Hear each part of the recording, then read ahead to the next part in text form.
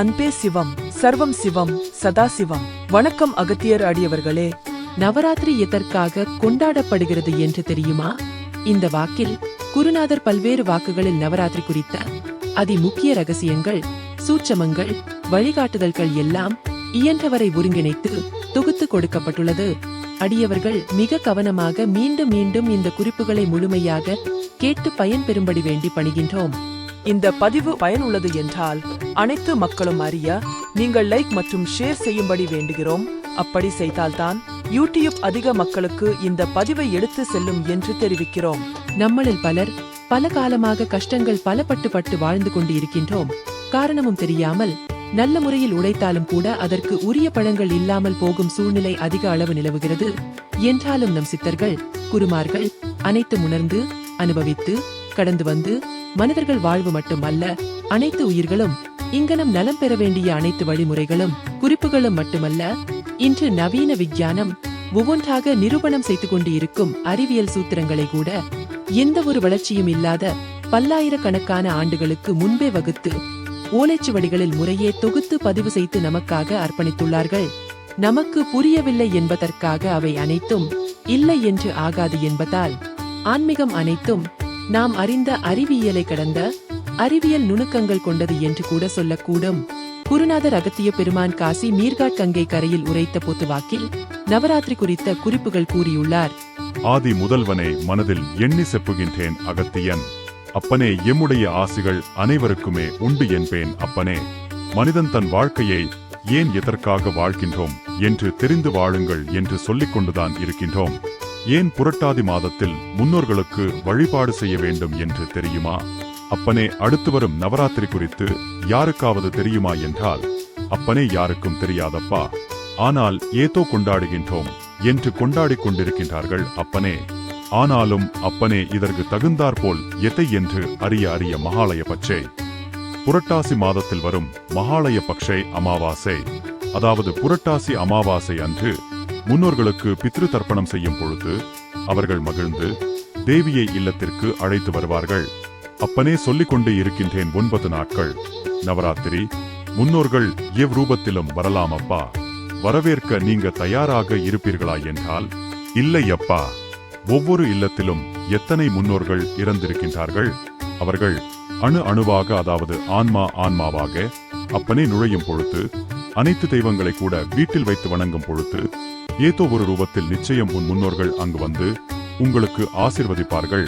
அதற்காகத்தான் தெய்வங்கள் சிலைகள் இன்னும் பல சிறு சிலைகள் வைக்கின்றார்கள் என்பேன் அப்பனே. அதாவது கொலு பொம்மை வீட்டில் கொலு வைக்கும் பொழுது கணபதி முதல் அனைத்து தெய்வங்கள் சிலைகள் சிறு மண் பொம்மைகள் வைத்து பூஜை செய்வதை பற்றி குருநாதர் குறிப்பிடுகின்றார். யாராவது நிச்சயம் உங்களை ஆசிர்வதிக்கும் பொழுதுதான் வாழ்க்கை மாறுமே தவிர மற்றபடி மாற்றம் நிகழாது. இன்னும் மகாலய பட்சையில் கூட, அதாவது மகாலய அமாவாசை காலங்களில் கூட அவர்கள் முன்னோர்கள் மகிழ்ந்து இங்கு வந்து விடுவார்கள் என்பேன் அப்பனே. நீங்கள் வரவழைக்க தயாராக இருக்க வேண்டுமே தவிர, அப்பனே யாங்கள் அதை பயன்படுத்துவதில்லை, யாங்கள் இதை செய்ய மாட்டோம் என்று சொன்னால் பயனில்லை அப்பனே. நிச்சயம் இறைவன் கூட முன்னோர்கள் கூட ஆசீர்வதித்தாலும் அதை ஏற்கும் நிலை உங்களிடத்தில் இருக்காது. ஒரு உடம்பிற்குள் அப்பனே பல்லாயிரம் கோடிக்கணக்கான நுண்ணிய துகள்கள், அதாவது செல்கள் இருக்கின்றது அப்பனே. இறக்கும் பொழுது அப்பனே அவை பல்வேறாக வெடிக்கும் அப்பா. வெடித்து எங்கெங்கோ செல்கின்றது அப்பனே. மனித உடல் இறப்பை அடையும் பொழுது அந்த செல் அணுத்துகள் எல்லாம் ஒரு குண்டு வெடித்து சிதறுவது போல அந்த அணுத்துகள் எல்லாம் பல்வேறாக வெடித்து சிதறி வெளியே பரவும். அவையெல்லாம் ஒன்று சேர்த்து கெட்டியாக, அதாவது மண்ணாக பிடித்து உருண்டையாக பிடித்து வைத்தால் அதில் உள்ள காந்தகம்தான் இறைவன் அப்பனே. அந்த காந்தகத்தில் அதை இட்டுவிட வேண்டும் என்பேன் அப்பனே. அப்பொழுதுதான் மோட்சம் கிடைக்கும் என்பேன் அப்பனே. இல்லை என்றால் மோட்சம் கிடைக்காதப்பா. இதனால் பின் மீண்டும் மீண்டும் பிறவிகள் எடுத்து கஷ்டங்கள் பட வேண்டும் அப்பனே. அப்பனே, எவை என்றும் அறிய இன்னும் பல பேர்கள் பிறவிகள் வேண்டும் என்று கூட கேட்பார்கள். ஒரு பிறவியில் சந்தோஷமாக இருந்து விட்டால் மறுபிறவி வேண்டும் என்று சொல்வார்கள் அப்பனே. ஆனால் மறுபிறவியில் பிச்சை நிலை ஏற்படும், கஷ்டங்கள் ஏற்படும் அப்பனே. அப்பனே, இப்படி கூட ஒரு பிறவி தேவையா?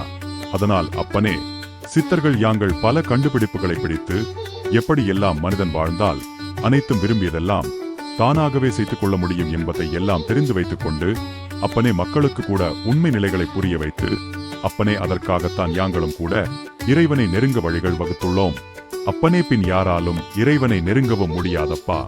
அப்பனே, எங்கள் அருள்கள் பெற்றிருந்தால்தான் அப்பனே பின் நெருங்கவும் முடியும், அனைத்தும் கூட சாதிக்கவும் முடியும். அப்பனே, எங்கள் அருள் இல்லாமல் அப்பனே இறைவனையும் நெருங்க முடியாது, ஒன்றும் செய்ய இயலாது சொல்லிவிட்டேன். மற்றவை எல்லாம் பொய்களப்பா. அப்பனே, கிரகங்கள் 9 என்று தான் நினைத்துக் கொண்டிருக்கின்றீர்கள் அனைவருமே கூட. அப்பனே, 2 கிரகங்கள் ராகு கேது கண்ணுக்கு தெரியாது, ஆனாலும் இன்னும் 2 பிற்பகுதியான் உரைக்கின்றேன் அப்பனே.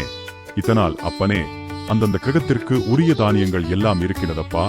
இவையெல்லாம் அப்பனே பின் புரட்டாதி அமாவாசை முன்னே இல்லத்திலே வைத்து, பின் கடல் உப்பை எடுத்துக்கொண்டு அப்பனே நல்விதமாக இல்லத்தில் வைத்து, பின் ஒவ்வொரு நாளாக சூரியனுக்கு உரிய தானியங்கள், பின் மற்றொரு நாள் சந்திரனுக்கு உரிய தானியங்கள் என இட வேண்டும். ஒவ்வொரு நாளும் இவ்வாறாக நவகிரகங்களுக்கும் இட வேண்டும் அப்பனே. கோதுமை, இது சூரிய பகவானின் தானியம். நெல், இது சந்திர பகவானின் தானியம். துவரை, இது செவ்வாய் பகவானின் தானியம். பச்சை பயறு, இது புதனின் தானியம். கொண்டை கடலை, இது குரு பகவானின் தானியம். முச்சை, இது சுக்கிர பகவானின் தானியம். கருப்பு எள், இது சனி பகவானுக்கு உரிய தானியம். உளுந்து, இது ராகு பகவானின் தானியம். கொள்ளு, இது கேது பகவானின் தானியம். 9 வகை தானியங்களைத்தான் நவதானியங்கள் என்பர். இவையே நவகிரகங்களுக்கு உரிய தானியங்கள் ஆகும். குருநாதர் நவராத்திரியில் நவகிரகங்களுக்கும் உரித்தான தானியங்கள் மற்றும் அதனுடன் உப்பு வைத்து வழிபாடு செய்ய வேண்டும் என்று கூறியிருக்கின்றார். அப்பனே, இவ்வாறாக இட்டு பின் நல்விதமாகவே முன்னோர்களையும் சூரியனையும் சந்திரனையும் நமஸ்கரித்து வர வேண்டும். அப்பனே, ஏன் எதற்கு சூரியனை வணங்க வேண்டும்? சூரியன் சந்திரனில் உள்ள பலமும் கூட இந்த மாதத்தில் வந்து கொண்டே இருக்கும். அதன் ஆற்றலையும் பெற வணங்க வேண்டும். அப்பனே, இவையெல்லாம் நல்விதமாகவே செய்யது. பின்பு அமாவாசையில் இவையெல்லாம் எடுத்துக்கொண்டு புண்ணிய நதிகளிலும் கடலிலும் இவையெல்லாம் இடும்பொழுது அப்பனே நல்விதமாக முன்னோர்களை நினைத்து இட வேண்டும். இதனால் அப்பனே, உப்பு சாதாரணம் இல்லை என்பேன் அப்பனே. அனைத்து கிரகங்களையும் கூட ஈர்க்கும் தன்மை உப்பிற்கு உண்டு என்பேன் அப்பனே. ஏற்கனவே சொல்லிவிட்டேன் அப்பனே. கடலுக்கு அடியில் ஓரிடம் இருக்கின்றது என்பேன் அப்பனே. அங்கிருந்து சக்திகள் வெளிப்பட்டுக் கொண்டே வரும் அப்பா. நல்லூர் கந்தசாமி ஆலயத்தில் கடலுக்கு உள்ளே ஆழத்திலிருந்து ஒரு சக்தி உருவாகி மேலே வருகின்றது என்று குருநாதர் ஏற்கனவே கூறியுள்ளார். அப்பனே, அவ்சக்தி அதிகமானால் இன்னும் வெடிக்கும் அப்பா. அதனால் சமநிலைப்படுத்த வேண்டும் அப்பனே. அவையெல்லாம் யாங்கள் பார்த்துக் கொள்கின்றோம் அப்பனே. இன்னும் ஏனைய வாக்குகள் செப்பினால்தான் உங்களுக்கும் தீர்வுகள் கிடைக்கும் என்பேன் அப்பனே. இதனால் அப்பனே இவ்வாறாக இருந்து பின் பரிசுத்தமாக இதனால் அப்பனே இவ் ஆன்மாக்கள் அனைத்து கிரகங்களுக்கும் செல்லும் அப்பா. எங்கு செல்லும் என்று யாருக்கும் தெரியாதப்பா. இவ்வாறு முன்னோர்கள் ஆன்மா பரிசுத்தம் அடையும் பொழுது நன்மைகள் நடக்கும். அதனால் நவராத்திரி எதை என்று அறிந்து உணர்ந்து கொண்டாட வேண்டும். நவராத்திரி தினங்களில் ஒவ்வொரு நாளும் ஒரு விளக்கை ஏற்றி மஞ்சள், குங்குமம், வளையல், பூக்கள், ரவிக்கை துணி ஆகியவற்றை வைத்து 9 நாட்களும் அம்மனை வழிபட்டு வணங்க வேண்டும். நவராத்திரி முடிந்தவுடன் அந்த 9 ரவிக்கை துணி, மஞ்சள், குங்குமத்தை ஆலயத்திற்கு அல்லது ஏழை பெண்களுக்கு கொடையாக அளிக்க வேண்டும். ஒவ்வொரு நாளும் தனித்தனி தேவியரை வழிபட வேண்டும். மகேஸ்வரி, கௌமாரி, வராகி, மகாலட்சுமி, வைஷ்ணவி, இந்திராணி, சரஸ்வதி, நரசிம்ஹி, சாமுண்டி அல்லது சைலபுத்ரி, பிரம்மசாரிணி, சந்திரகாண்டா, கூஷ்மாண்டா, ஸ்கந்தமாதா, காத்யாயினி, காளராத்திரி, மகாகோரி, சித்திதாத்திரி இவர்கள் முறையே வணங்கப்பட வேண்டும். இவ்வாறு நவராத்திரியில் இம்முறைப்படி வழிபட்டால் முன்னோர்களின் ஆசிகள் கிடைக்கும். மேலும் தெய்வத்தின் அருள் நம் வாழ்க்கையில் நலமாக அமையும். இந்த வழிபாடுகளை பக்தியுடன், சுத்தியுடன், உண்மையான புரிதலுடன் செய்ய வேண்டும். இவ்வாறு சரியாக வழிபட்டால் தெய்வத்தின் அருளும் முன்னோரின் ஆசியும் நிச்சயம் கிடைக்கும். நல்லாசிகள் நல்லாசிகள். ஓம் ஸ்ரீ லோபாமுத்திரா சமேத அகத்தியர் திருவடிகளில் சமர்ப்பணம். சித்தன் அருள் தொடரும்.